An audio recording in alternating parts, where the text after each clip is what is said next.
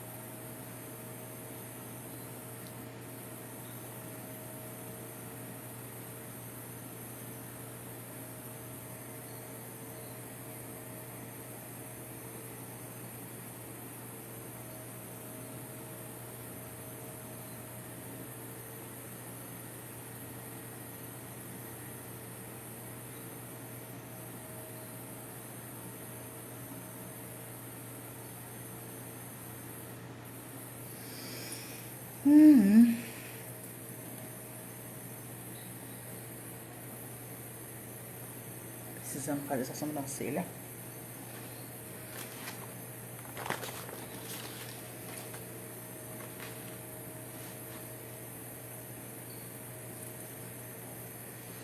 Vai entrando aí, que eu vou esperar um pouquinho. Porque a galera tá desacostumada comigo fazendo live aqui na Papo de Preto.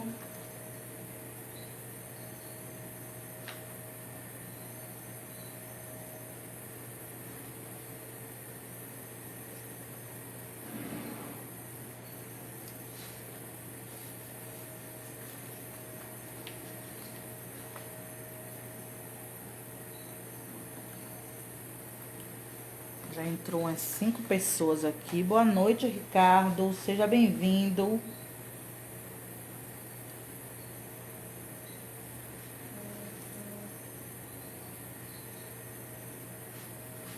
Esperar o povo chegar só um pouquinho. Porque já tem um tempinho que eu não faço live. Por causa das formações da Quilombulonga. E agora fazendo material vai ser punk. Mas eu vou tentar fazer o possível pra de vez em quando a gente tá aqui.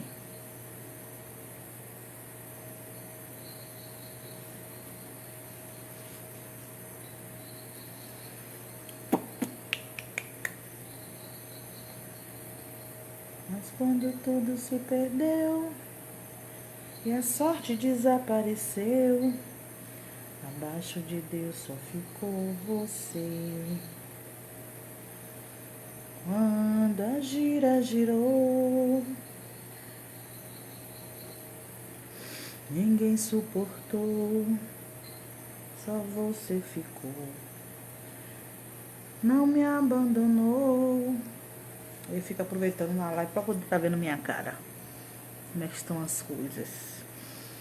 Quando o tempo parou e a água baixou, eu tive a certeza do seu amor.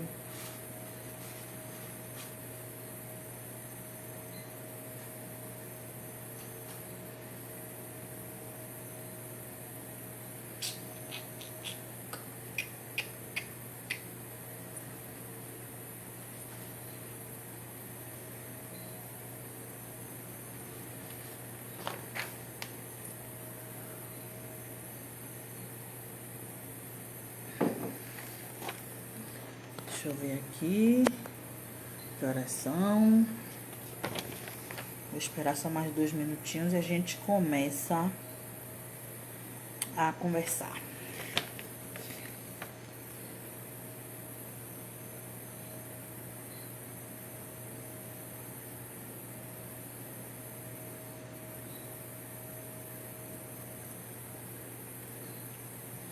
Tô vendo que a Regina entrou aí. Geralmente quem não perde minhas lives são Paula, Clau, tá em todas, Arnaldo. Mas tem um tempo já que eu não faço live. Eu fiz uma essa semana na Quilombulonga. na terça-feira. E aí eu vou tentar pelo menos fazer uma lá e uma cá toda semana. Vamos ver pra onde a gente vai. Os tempos de ansiedade. Manu tá engordando de novo. Não tá? Bochechuda, papuda e linda, como sempre. Ai. Só mais um minutinho, viu, gente? Deixa eu ver se entra mais. Dá tempo que eu convidei algumas pessoas. Vamos ver se dá tempo o povo ver.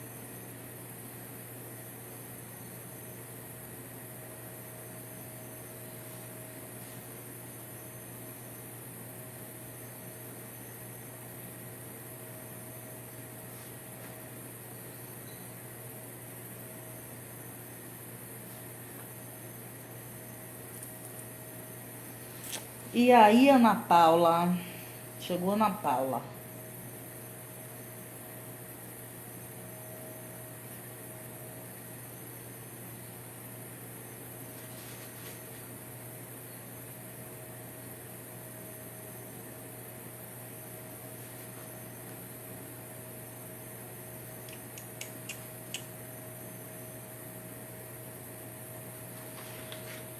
A minha caneta tá daquele jeito.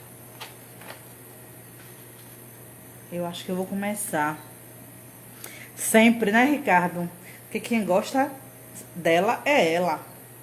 Né? A gente não pode permitir que, porque outros não gostam, a gente também não se gosta. Tem que se amar, tem que se achar linda, gostosa. E eu sou dessas.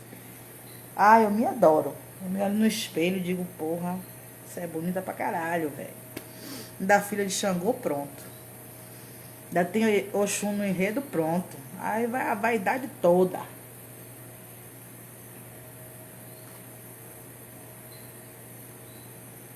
Eu vou começar, viu? E quem for entrando, vai pegando o bonde. E também eu sempre deixo a live salva. E aí a pessoa que for entrando vai. Parece que é Ellen também que tá aqui, né?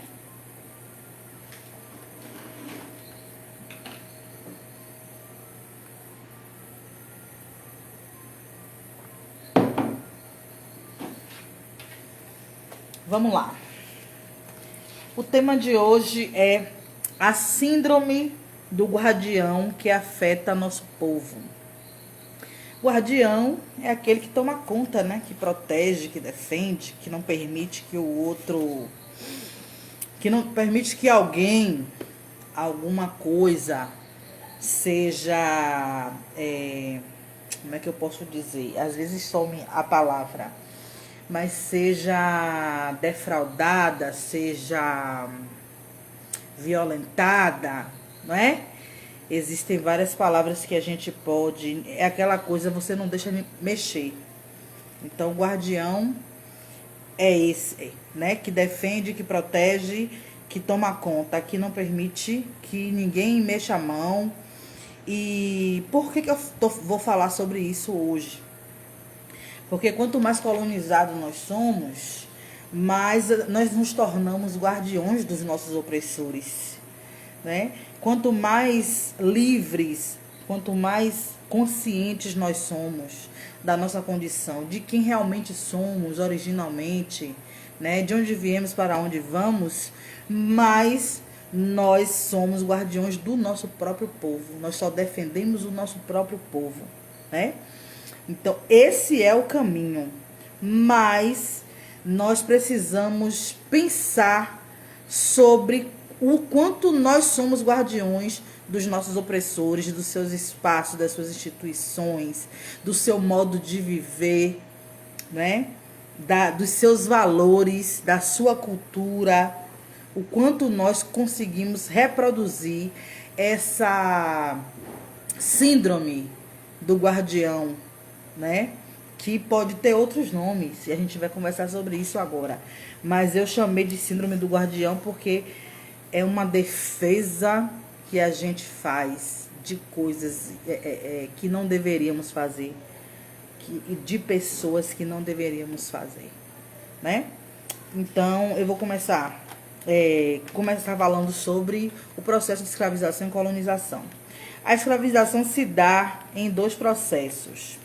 Observar o povo, estudar o seu modo de viver, detectar suas fragilidades, que foi isso que o branco fez, sequestrar, prender, utilizar, violentar e matar. Essa é a primeira parte da escravização, que é uma parte de violência mais física. Não tem jeito, vamos pegar, é nosso, vamos ocupar, né? Como ocupa a África até hoje. E a segunda parte é a colonização. A colonização ocupa, explora e transfere a cultura. Troca o modo de viver original pelo modo de viver do colonizador. Então, a colonização não é só ocupar o espaço.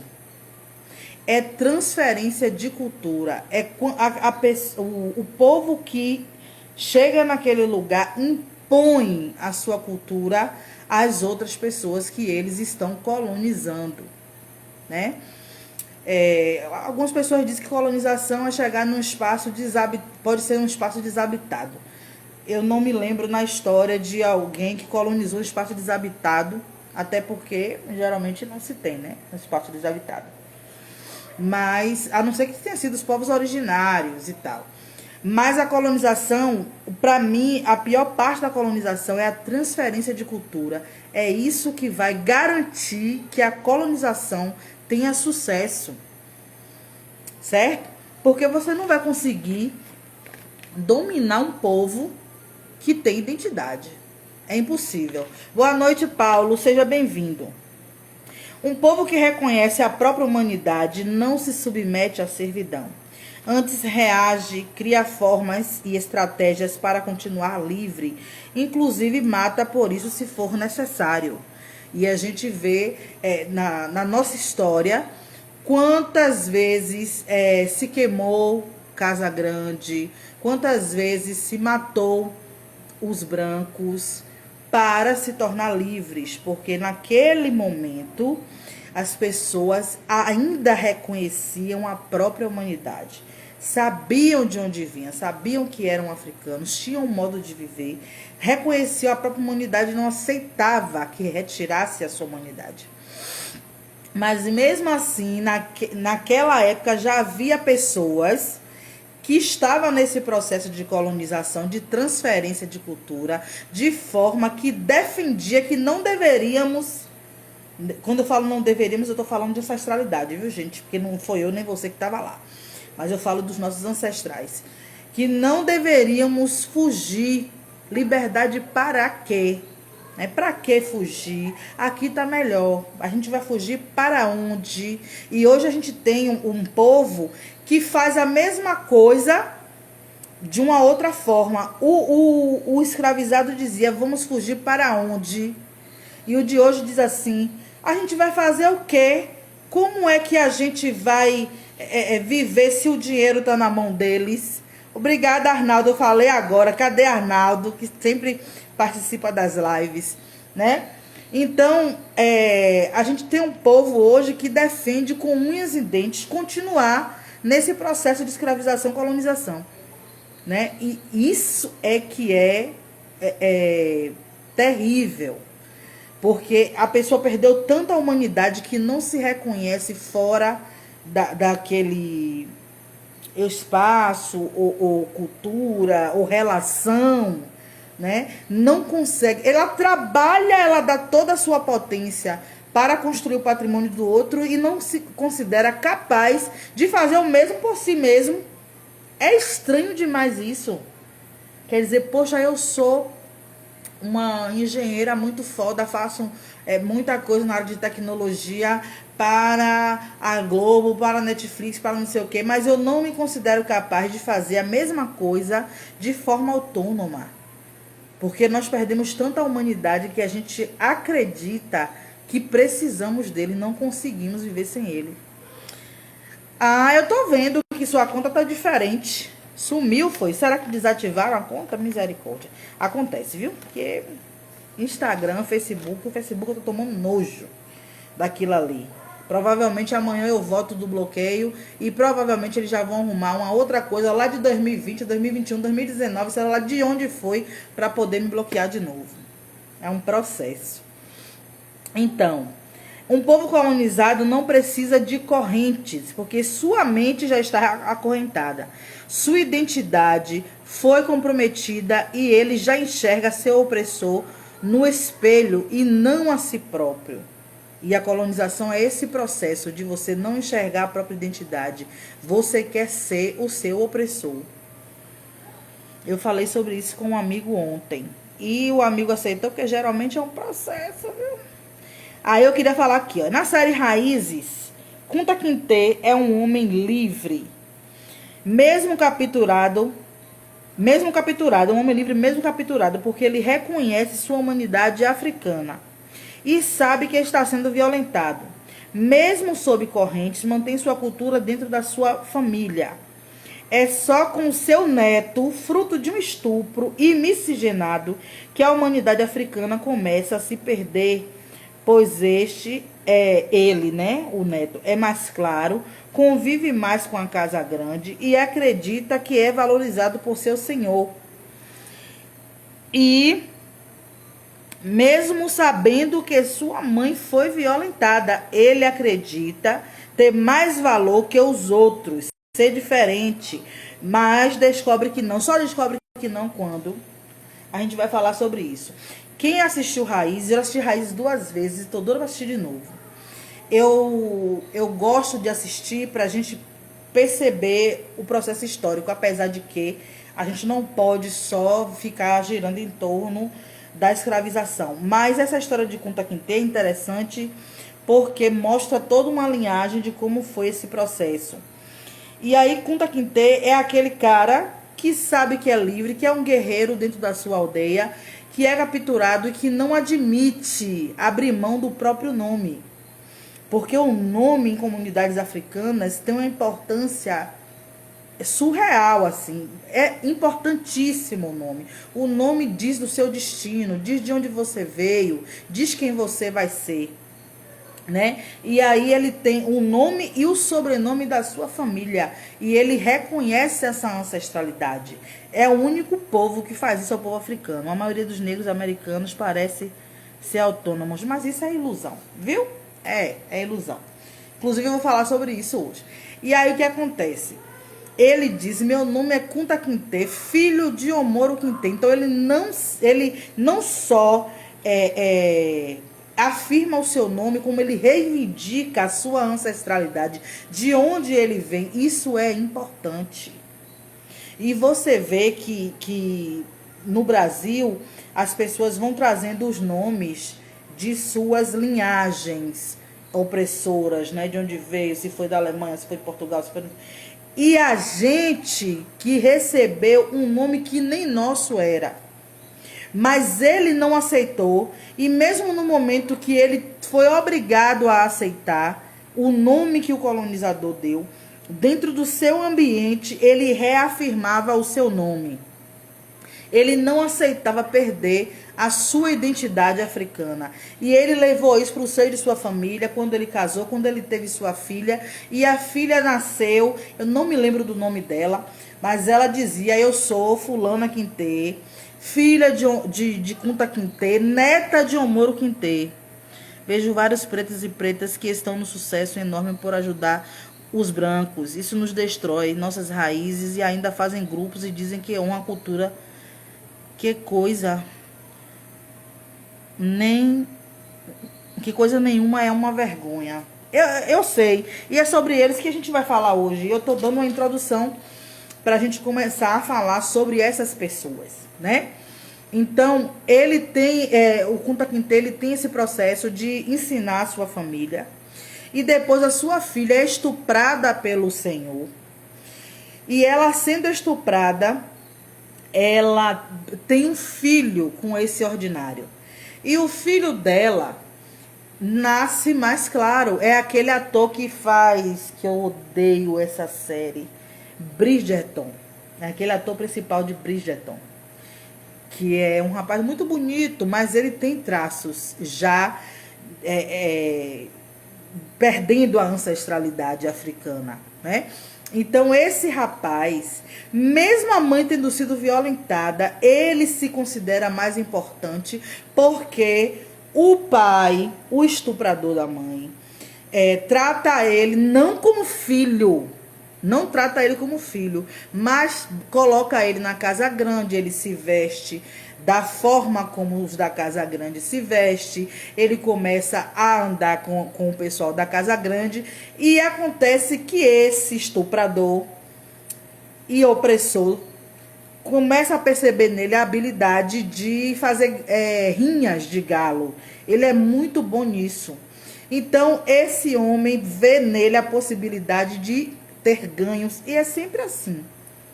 Quando você vê um preto foda chegando no espaço, como a Globo, por exemplo, é justamente porque o branco percebe a sua potência, percebe que você é muito bom naquilo que você está fazendo, e aí puxa você para ele.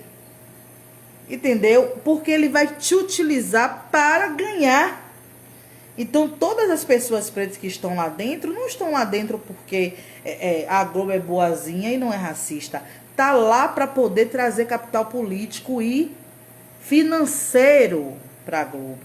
Capital político que passa de antirracista, né, da primeira emissora que fez assim assado para os pretos, né, e o capital financeiro porque o nosso povo, com essa onda de representatividade, não tira a cara da Globo.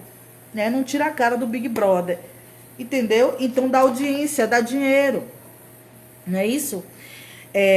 Então esse cara, ele faz rinha de galo, faz muito bem. O patrão, o chefe, o senhor, o desgraçado que estuprou a mãe dele, que seria o pai biológico dele, ele se torna, ele percebe a potência do filho, né? Que ele não reconhece como filho, para ele é um escravo, e pega ele para fazer as rinhas. Ele vai na intenção, a mesma intenção que os nossos guardiões dos brancos têm aqui, que diz assim: eu vou porque isso é luta, porque eu vou conseguir liberdade lá dentro, porque é assim que a gente consegue chegar, isso é resistência, ocupação, não sei o quê.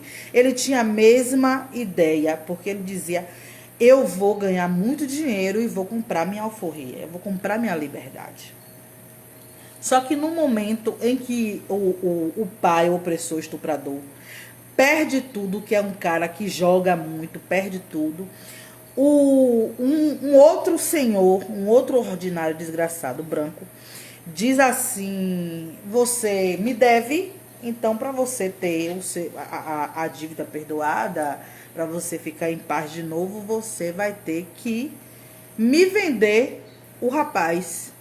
Porque via também a potência do rapaz. O rapaz era retado na rinha, né, de galo. E assim ele vende o próprio filho. Para você ver que não é porque o branco casa com você, não é porque o branco tem algum tipo de relação com você, que ele lhe vê como igual.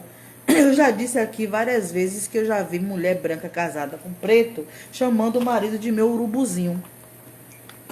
Tinha uma no Facebook que chamava de meu macaquinho, né? Gostaria de mudar meu nome, detesto essa mistura de nome português, inglês e, enfim, cristão.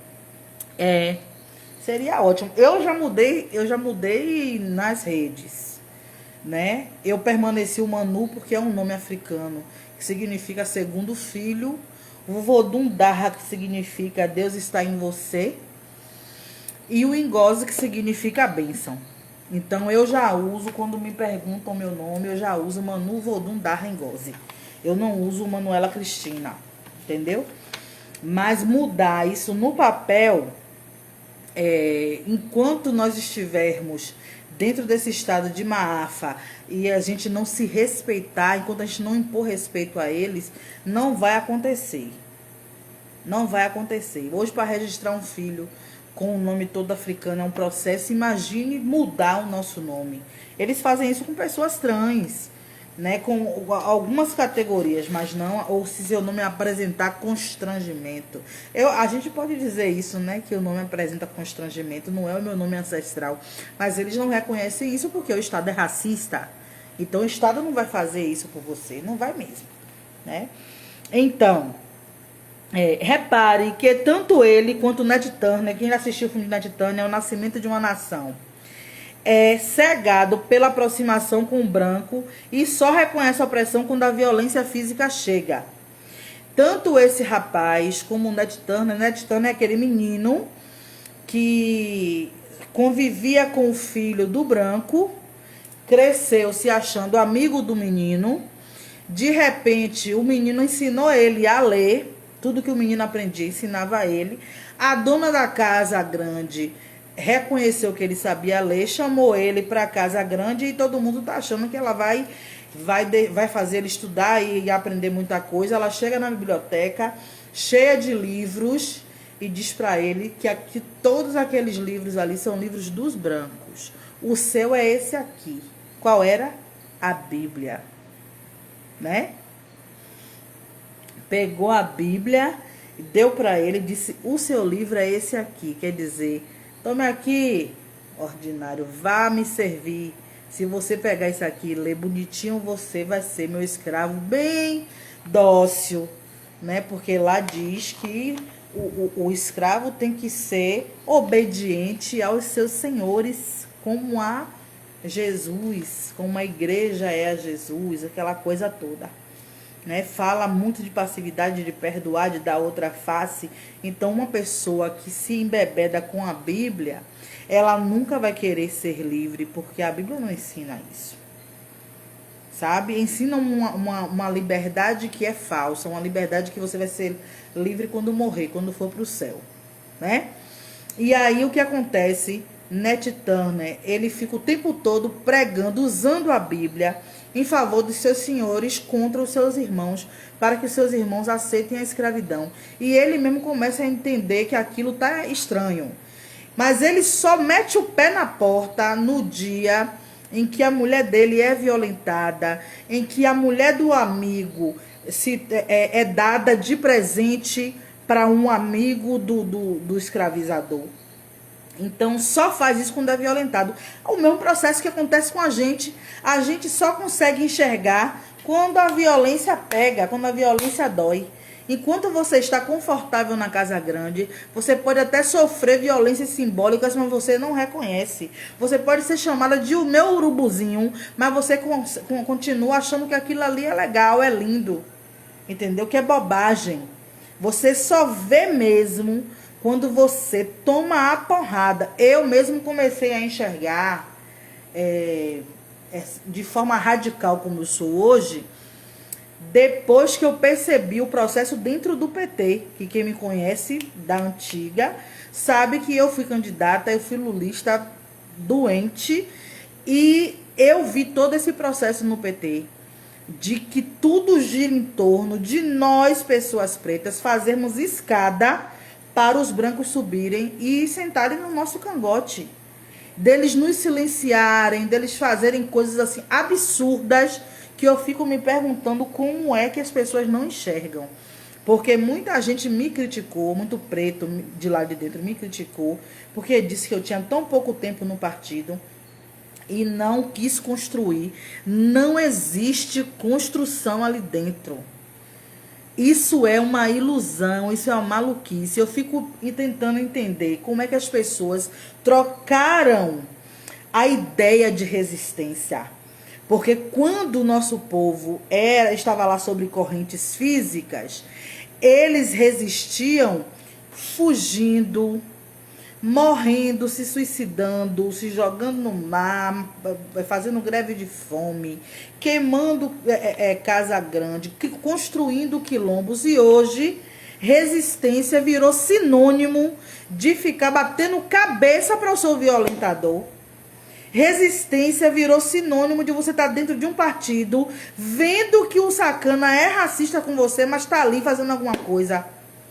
para poder, não, a gente tem que fazer, a gente vai chegar lá filiando mais pessoas pretas para poder fazer tensionamento dentro do partido, como se a quantidade de brancos e toda a estrutura em volta do partido não fosse proteger o partido dessas ações. Como se eles não colocassem cada um de vocês pretos numa assessoria de um parlamentar de arte, para você ser escravo, para você ficar caladinho, aceitar as coisas. Sabe? Todas as migalhas, as coisas que eles nos dão, é pra gente não reagir. Isso não é resistência, isso é burrice. Sabe? Eu tive pena da Jordana, Jojo Todinho, mas a vida tá aí para ensinar a todos. Se a gente teve que apanhar para aprender, né? Deixa a criatura lá. Essa semana o marido dela deu piti na internet, porque disse que não estava mais aguentando as críticas de pessoas dizer que ela não devia estar com ele, né? Eu disse, mas eu acho até bonito esse movimento, porque há pouco tempo você não via um movimento de internet que ficasse massacrando uma pessoa branca que é casada com uma preta. Né? Antigamente, é lindo, tem que ter mesmo, não sei o que, felicidades. Hoje em dia já tem um movimento dentro da internet que constrange o preto. E por mais que você diga assim, mas não pode ser assim, só aprende no constrangimento. Gente, nós fomos violentados para sermos colonizados. Foi imposto. Então, se você não constranger a pessoa preta, se você não bater nela, no seu irmão, e dizer, acorda aqui, ô porra, você não tá vendo isso aqui? Não vai acordar, não. Não vai acordar, porque se eu não tivesse sido constrangida por amigos meus, se amigos meus não pegassem dados do PT e não mostrassem pra mim assim, meu pai Xangô lhe abençoe, meu irmão, sua bênção. Se eu não tivesse... Oi, Auré, seja bem-vinda. Se eu não tivesse sido constrangida por esses irmãos que disse aqui, ó, na época do PT, aumentou encarceramento e morte de pessoas pretas em 14%. Aqui, ó, a chacina do Cabula. Aqui, ó, a higienização com o fechamento de escolas do centro. Se eu não tivesse visto todas essas coisas assim, eu não ia abrir meu olho nunca. Sabe? Se eu não fosse constrangida acerca da palmitagem, eu ia continuar me relacionando com pessoas brancas. Mas não se faz de cego, não. Muita gente tá cego mesmo. Cego mesmo. Porque quando você passa uma vida, no meu caso, eu tô com 42 anos. Eu comecei a abrir minha mente com 40, 39. Se eu não tivesse... Eu passei toda uma vida absorvendo branquices, esquerdismos, feminismos e todos os ismos de ideologias brancas. Não é fácil você se desprender disso, gente. Principalmente quando você continua se relacionando com eles. Se você está dentro de uma assessoria de um vereador, de um deputado, ganhando seu dinheiro, sendo sustentado, tendo cargo lá dentro, tendo algum tipo de voz, algum tipo de liderança, se relacionando com eles, casando com eles, você não vai enxergar que você é um escravo. Não vai enxergar. É por isso que eles fazem. Entendeu? Quando se coloca um branco, um preto dentro da Globo, eles sabem o que estão fazendo. Sabe? Porque é o sonho das pessoas. Eu vi um cara outro dia falar, assim, nitidamente na internet, o meu sonho é cantar na Globo. E eu disse pra ele, meu filho, acorde. Cantar no espaço que vai te violentar. E aí tentei conversar, fiz um comentário assim. Quem disse... Esse menino deu pra ruim comigo, disse foda-se. Ele disse a mim, foda-se. É isso que eu quero. Eu quero cantar na Globo. Sabe? Então, não é fácil, não é fácil. E pra gente que tá tentando trazer nossos irmãos à luz, é muito complicado. É muito complicado porque a gente é atacado o tempo todo como se nós fôssemos os inimigos, mas esse processo tem que ser feito. Você não tem que ter medo, vergonha de constranger os seus irmãos, porque senão você está ajudando seu irmão a continuar escravo. Se a gente também não fizer zoada, não bater na porta, não chutar o pau da barraca e dizer é isso mesmo, você está ajudando o seu opressor a te manter escravo, não vai mudar. Não vai mudar, porque nós estamos nesse processo de desumanização, de não reconhecer a nossa humanidade, de não nos ver como pessoas potentes, de não nos ver como pessoas que podemos ser livres. A gente só enxerga que a gente tem que estar com eles. Entendeu? Então, deixa eu voltar aqui. Senão a gente fica, todo mundo conversar, aí a gente não tira, não bota o foco. Dá um trabalho, dá muito trabalho. Tem dias assim que é um peso na alma, que você fica com vontade de desistir. Que parece que não vai mudar, sabe? É muito difícil. Doida, radical, maluca, sabe? Essa semana não, esses tempos aí, uma pessoa que trabalha para um candidato do PT me viu criticando a Cotirene, porque ela estava feministando. Esse homem me disse tanto desaforo e disse a mim que outro dia eu era candidata laranja do PT, pegou meu passado de que eu era lulista e tal, e hoje está tirando de militante radical. Eu disse, eu não estou tirando de militante radical, não fui candidata laranja, eu fui candidata porque eu acreditava que eu tinha mais de 20 mil seguidores. Se eu tivesse tido o dinheiro que esses homens brancos ganham, eu teria ganhado realmente, porque eu tinha muita inserção na internet. Se eu pensava que era possível criar emancipação dentro de um espaço público, eu ia ser mais engolida. O orixá não deixou. Ainda bem. Quando alguém diz assim, ainda bem que você não ganhou, eu digo, ainda bem mesmo. Porque ia ser muito pior, porque eu ia ser mais ainda absorvida pela colonização. Sabe? Eu ia me sentir na resistência, nesse espaço, ocupando esse espaço que é nosso. Fazendo aqueles discursos, sabe, de preto da casa que acredita realmente que está conquistando alguma coisa. Ainda bem que eu não ganhei, sabe? Mas se eu não tivesse sido constrangida, não tivesse tomado minhas porradas lá dentro, eu não ia aprender. Então foi esse processo que aconteceu com o neto de Kunta Kinte. Quando ele foi vendido, ele entendeu que ele não era visto como um ser humano, como filho daquele cara. Ele era visto como propriedade. E a mesma coisa aconteceu com o Nat Turner. Ele entendeu que ele, a esposa, todos aqueles ali, eram propriedade e fez revolução. A gente só faz revolução quando a gente entende que não se faz nada no beijinho com o seu opressor. Nada. Sabe? E aí eu queria trazer um discurso de Malcolm X, onde ele diz assim: o negro da casa vivia namorada de seu proprietário. Era bem vestido e comia bem. Ele amava seu dono tanto quanto seu dono amava a si próprio. E ele se identificava com o seu proprietário. Sabe? Isso diz alguma coisa para você? Ocupa tudo. Isso diz alguma coisa para você? São essas pessoas que são negros da casa. São essas pessoas que são guardião do poder do branco. Porque eles se sentem brancos, eles se sentem parte daquele espaço. Então, ele está assimilado de uma forma.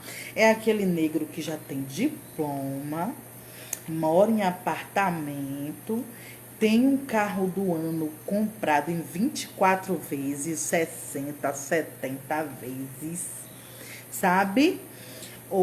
Quanto mais caro o condomínio, quanto mais caro o carro, quanto mais a roupa é de marca, mais ele vai guardar o branco bonitinho no lugar dele para que ele não perca isso. Foda-se o irmão que está morando na rua. Foda-se o irmão que está batendo biela, passando fome, devendo, vendendo o corpo, fazendo qualquer desgraça que for. Não me interessa, porque o meu interesse não é coletivo. Eu nem me vejo como povo, eu nem sabia que fazia parte de um povo. Então, meu interesse é no meu umbigo. Entendeu?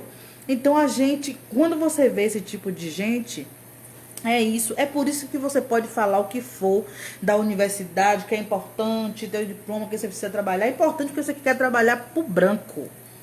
Porque o branco é que precisa do diploma. Sabe? Mas se a gente criar nos nossos filhos o interesse de trabalhar para si mesmo, de construir dentro da sua comunidade, se a gente começar a construir dentro da nossa comunidade o sentido de economia, de pegar o dinheiro que se ganha, de fazer o pé de meia, de criar nossas coisas, de guardar, de investir, em vez de pegar e comprar moto, comprar roupa de marca, sabe? Ficar gastando com mulher branca. Aí você vai ver o negócio mudar. O problema é que a gente quer viver nesse imediatismo, de ter aquilo que o branco diz que é importante, de ter o sucesso que o branco diz que é sucesso.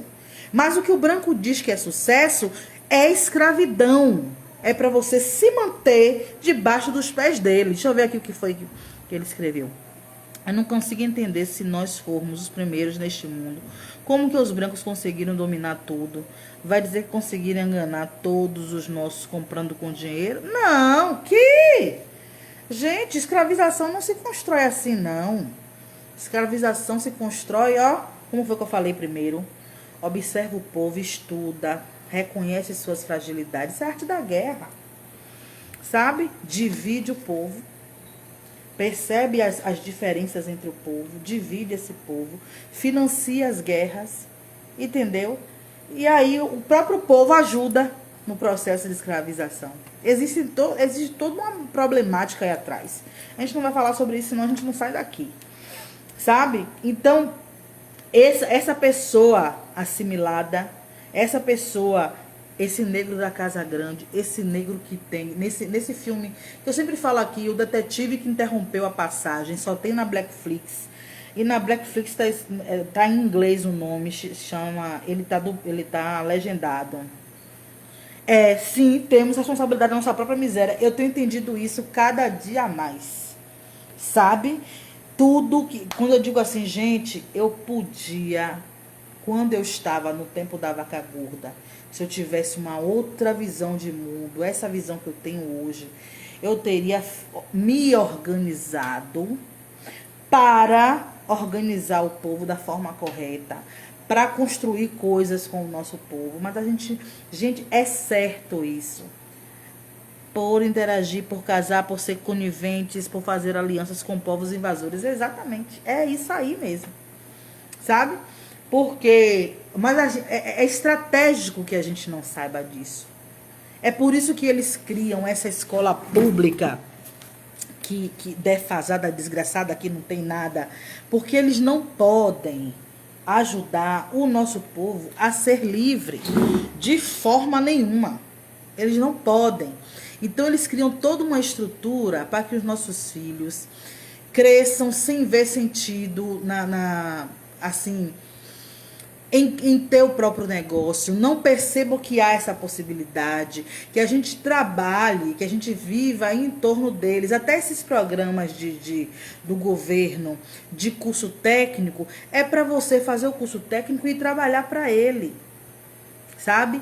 Ele não tem intenção nenhuma de fazer você livre. Isso é John Henry Clarke, Amos Wilson, fala sobre isso, sabe? Que um povo que te oprime jamais vai fazer uma educação para te libertar. Ele não vai te dar essa educação nem na escola pública, nem na escola particular, porque o negro da Casa Grande assimilado, ele acredita que se o filho dele estudar no Salesiano, no Dom Bosco, no Santa Clara, na Adventista, se o filho dele estudar nessas escolas de renome branco, esse menino vai ter um futuro de assimilado. Ele vai ser apenas um escravo que ganha mais. A gente alimenta o poder deles. Porque esse escravo que ganha mais, ele não ganha mais para se organizar e ajudar o povo dele. Ele ganha mais para o próprio umbigo dele, para ele fazer a viagem dele para Paris, para morar no condomínio do branco, para comer no restaurante do branco, frequentar o shopping do branco, comprar o carro do branco, casar com o branco. Não é isso? Eu conheço a história de uma mulher preta, foda, retada, que tem um filho, aí ela pega esse filho, se lasca a vida toda, bota o menino na escola particular, esse menino cresce e tem horror à mulher preta. Sabe? Tem horror à mulher preta. O menino não quer conta com mulher preta. Sabe? É tão triste porque ele é filho de uma mulher preta que se lascou para poder ele estudar. Mas ele conviveu tanto com os brancos, no meio dos brancos, que ele gosta do branco. Então, tanto a escola pública como a escola particular, ela vai desumanizar ainda mais os nossos filhos. Por isso que a gente precisa de nossas escolas. A gente precisa desse processo. Ou a gente vai começar a abrir a cabeça para isso, gente. Urgente. Ou a gente não vai sair desse processo, vai ficar a vida toda, ó. Cada um pensando no seu umbigo, os outros que se lasquem, e fazendo um discurso antirracista na internet. Fazendo um discurso de pare de nos matar. Sabe? É isso. Eu já acreditei, Arnaldo, nesse negócio de mudar o sistema por dentro, quando eu era de esquerda. E eu usei uma analogia uma vez para defender isso, de Matrix, né? Que Neo ele só conseguiu vencer aquela guerra porque ele entrou no sistema e desfez o sistema por dentro. Mas o próprio filme, a própria trilogia, que agora não é mais trilogia, que já tem um quarto agora, né? O Ressurreição. A própria trilogia mostra que isso é o engodo. Porque ele foi lá, ele venceu assim, aquele momento. Mas mostra, a trilogia mostra que ele fortaleceu o sistema. Que no momento em que ele... Gente, isso é muito bom. Porque no momento em que ele entrou no sistema e ele achou que venceu o sistema por dentro, no segundo filme, no terceiro, percebe que esse sistema se fortaleceu, se multiplicou e deu mais trabalho. E é exatamente isso que a gente faz. Quando a gente entra no sistema, a gente não vence, não resiste, não ocupa porra nenhuma. A gente fortalece o sistema. A gente constrói para eles, inclusive constrói a imagem de antirracista. Todas as vezes que você vence um edital do Estado para o seu projeto, que é para preto, o Estado se fortalece porque está lá no Diário Oficial que o Estado promove ações inclusivas para a promoção da igualdade. Você está entendendo? É por isso que quando as pessoas mandam edital para mim, eu digo, não vou participar, o povo se choca, o povo se afasta de mim. E eu explico, gente, a Quilombo Longo é um trabalho de preto para preto. Se o povo preto não puder financiar a reconstrução do seu povo, ele vai ficar escravo o resto da vida. Eu não vou deixar Rui Costa, ou seja lá quem for, construir uma imagem de antirracista na idealização que eu criei para uma escola preta. No esforço que eu estou fazendo para criar um currículo preto, isso é maluquice. A gente está se vendendo e não está percebendo. A gente sabe, mas é a forma mais fácil de conseguir dinheiro. Seria maravilhoso conseguir 10, 20, 30, 40, 50 mil. Mas não com eles. Se a gente continuar nessa, não vai mudar nunca. O Estado é que implanta, que promove, é que institui o racismo. Como é que eu vou ser parceiro dessas misérias? Me diga aí. Já teve gente, quando eu disse que eu queria fazer uma academia popular, fazer instrumentos aqui, aqueles instrumentos de rua, para as pessoas trabalharem com o corpo, porque é importante movimentar o corpo. Eu mesmo, todo dia, eu ensaio voltar a fazer academia e não consigo, porque a academia é muito longe daqui. Todas as vezes que eu penso nisso, aí eu coloquei no Face uma vez e um amigo disse a mim, Manu, eu vou mandar deputado tal entrar em contato com você. Eu disse, não! Vocês estão aqui no meu Facebook me acompanhando e vocês não ouvem o que eu falo. Eu não quero parceria com essa gente. Não quero. Sabe? Já teve uma pessoa branca que me acompanha. Eu já coloquei ela no lugar várias vezes e ela ficou no lugar. E ela disse para mim, eu posso financiar Quilombo Longa? Eu disse, você pode depositar 1 milhão. Só que ninguém nunca vai saber. Vocês todos deveriam financiar mesmo o progresso do povo preto. Agora, não como protagonista, como antirracista, como meu parceirinho, tirando fotinha. Nunca! Aqui não. Aí ela disse, não quero, não sei o que. Deixa eu ler aqui o que colocaram. Patrimônio intelectual de Abdias está todo na mão do branco. Exato. Porque ele mesmo botou quando levou uma para o leito. A única saída é a escola preta para nossas crianças. Falo tudo, mano. Oi, Gabi. Eu só me relacionava com mulheres brancas, loiras, olhos verdes, azuis. Hoje não quero nem de graça. Só pretas. Apesar de que vejo pretas brancas por dentro. Mas isso foi o sistema que fez isso. Olhe, só me relaciono com preto. E aí, mesmo que ele seja colonizado, eu tento o que eu posso fazer. Porque eu também já estive nesse processo e ainda estou em processo de descolonização, de desembranquecimento, de empretecimento. Mas no meu umbigo, o branco não sobe. Ele pode ser o melhor do mundo. Porque, como disse o Dr. Umar Johnson, existe branco que gosta de você, né, que é diferente, mas não é sobre sentimento. É sobre manutenção de privilégio. Eles estão comprometidos com a manutenção dos privilégios deles. Se disser assim, olha, hoje os brancos vão ter que dividir seus privilégios com os pretos, vai ter revolução. Eles vão quebrar tudo. Vocês podem ter certeza disso. Porque quando tiver o seu dele na reta, ele vai tirar o dele. Ele pode ser a melhor pessoa do mundo. Sabe? Não é sobre sentimento, gente. Não é sobre caráter. É sobre comprometimento político com seu povo. E a gente não entende isso. Ah, mas tem preto que não tem caráter, mas ele é meu irmão. Ele que é oprimido. Tem. Mas é sobre comprometimento político com os meus. Eu não tenho que ser guardião de outros, eu tenho que ser guardião dos meus. Os meus. Ele pode ser a melhor pessoa do mundo, ele não vai ser tratado como branco, que não tem caráter. Ninguém vai pegar um Alexandre Nardoni e tratar igual ao goleiro Bruno. Nunca. Ninguém nem fala de Alexandre Nardoni, mas volta e meia tem notícia de Bruno. Porque um preto não pode errar, ele vira a cara da raça. Agora o branco não. Porque eles colocaram a imagem, eles protegem essa imagem. E nós também protegemos essa imagem dele, de que ele é digno de confiança. Sabe? De que alguns deles não prestam, mas a maioria presta. A gente desloca. E a gente desloca todas as vezes que a gente diz que é o sistema, que é a branquitude. Não é a branquitude, não é o sistema, é o branco. Porque se existe um sistema, ele é amparado por essas pessoas. São essas pessoas que criam esse sistema. Sabe? E a gente precisa entender isso. No período das chuvas aqui, muita gente preta se juntou e arrecadou mais de 50 mil em menos de uma semana para ajudar quem perdeu as coisas. A gente só faz assim. A gente só se junta. Gente, essa live dá pano pra manga, a gente vai terminar hoje. A gente só se junta quando é para mobilizar. Mas para organizar a gente não se junta. É o que Touré fala. Ele diz que há essa diferença entre mobilização e organização. A mobilização é momentânea. Você tem que fazer mobilização? Tem.